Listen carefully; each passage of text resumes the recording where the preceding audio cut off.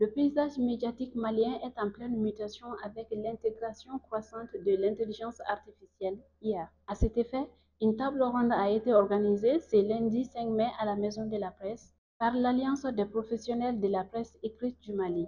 Elle a réuni des professionnels des médias, des universitaires et des représentants des organisations pour examiner en profondeur les risques et les opportunités que représente cette révolution technologique pour le journalisme local.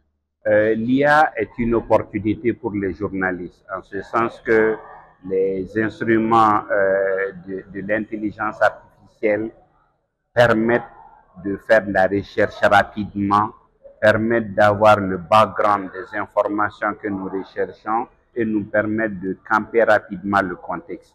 Ça, c'est indéniable et ça, c'est important. Voilà, donc, c'est un instrument qui aide le journaliste, qui facilite le travail du journaliste. Il ne s'agit pas seulement d'interroger l'IA ou rédiger un article de presse à travers l'IA. Il faut lire et puis vérifier, ajouter l'aspect humain. Parce qu'avec l'IA, c'est tout comme son nom l'indique, c'est artificiel. C'est un atout technologique qui va permettre à nos journalistes d'avoir facilement accès aux sources d'informations publiques qui sont difficilement accessibles au niveau de nos institutions et de l'administration publique au Mali. Le journaliste doit garder le discernement. Vous avez des informations sur l'IA qui ne sont pas vraies. Vous avez une multitude d'informations. Donc, le journaliste doit garder le discernement.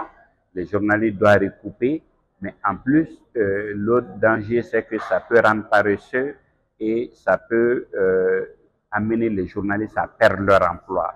Donc, il y a ces menaces et c'est aux journalistes de veiller à ce qu'ils puissent, utiliser sans le faire se remplacer et deux, recouper, toujours recouper comme on l'apprend avec le code d'éthique et de déontologie.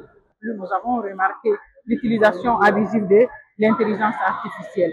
Donc, nous nous sommes dit que nos communications doivent être adaptées à notre groupe cible, à la population, afin d'amener le changement de comportement sollicité pour un bon comportement sain et dans le cadre de l'amélioration de la santé de la reproduction et de la santé maternelle. Donc, nous avons remarqué une utilisation abusive et nous voulons que nos informations soient vraiment des informations ciblées, des informations claires.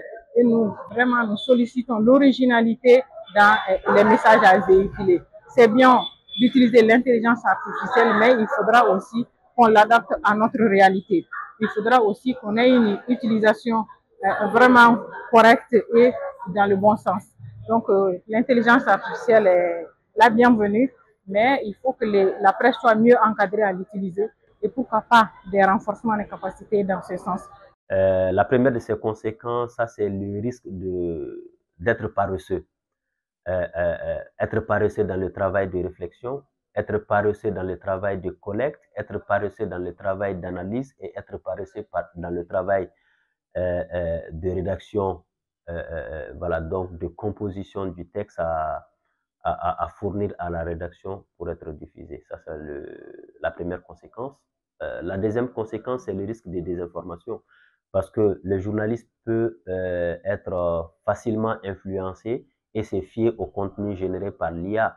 Et nous savons que l'IA, certes, a des filtres, les outils d'intelligence artificielle ont des filtres pour lutter contre la désinformation, mais il y a certains filtres en réalité qui ne sont pas efficaces. Et du coup, l'accès à des bribes de fausses informations, de fausses nouvelles, peut induire le journaliste dans l'erreur. Une autre conséquence, ça c'est le risque de plagiat dans la société de l'information et l'Internet, tout ce qui est en ligne, c'est le domaine du big data. L'information, c'est-à-dire c'est un fourre-tout, hein? On a de bonnes informations, on a de mauvaises informations, de bonnes données, de mauvaises données.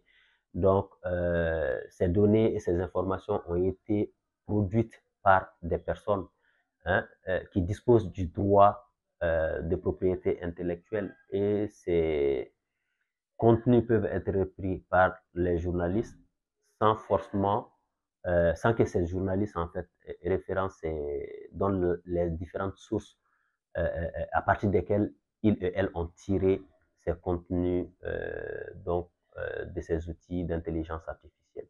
Donc, ça peut entraîner des journalistes devant les juridictions ou les exposer à des risques de violation des droits. Deux journalistes vont couvrir le même événement, les articles sont différents parce que chacun la personnalité de chacun va transpirer dans sa production. Donc, il faut qu'on garde cet aspect humain à nos productions pour ne pas tomber dans le piège et ne pas être esclave de l'IA. Un article ce n'est pas des écritures saintes. C'est une production, il ne faut jamais faire confiance, il faut recouper, multiplier les sources et ensuite, si jamais il vous arrive de reprendre quelque chose qui n'est pas de vous, il faut citer la source et rester honnête vis-à-vis de l'information d'autrui. L'utilisation de l'intelligence artificielle dans le secteur du journalisme et de l'information au Mali peut être encadrée, très bien encadrée, à condition que les organisations professionnelles des médias, à commencer par la maison de la presse, s'organisent et fassent élaborer ou élaborent une charte éthique et déontologique sur les différentes applications, les différents usages de l'intelligence artificielle par les journalistes au sein des rédactions et au sein des entreprises de presse. Ça, c'est une première étape. Une deuxième étape,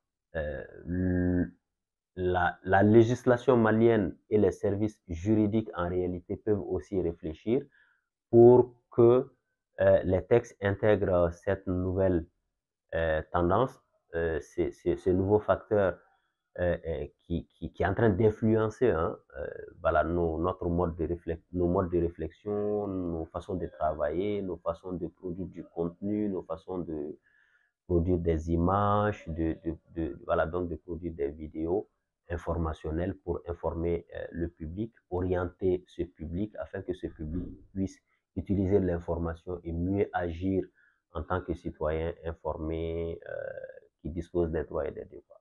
Cette table ronde a permis d'ouvrir un dialogue essentiel sur l'intégration de l'intelligence artificielle dans le journalisme. Il ressort de ces échanges une prise de conscience collective des opportunités considérables offertes par l'IA pour renforcer la qualité et la portée de l'information, tout en soulignant la nécessité d'une approche prudente et éthique pour atténuer les risques potentiels.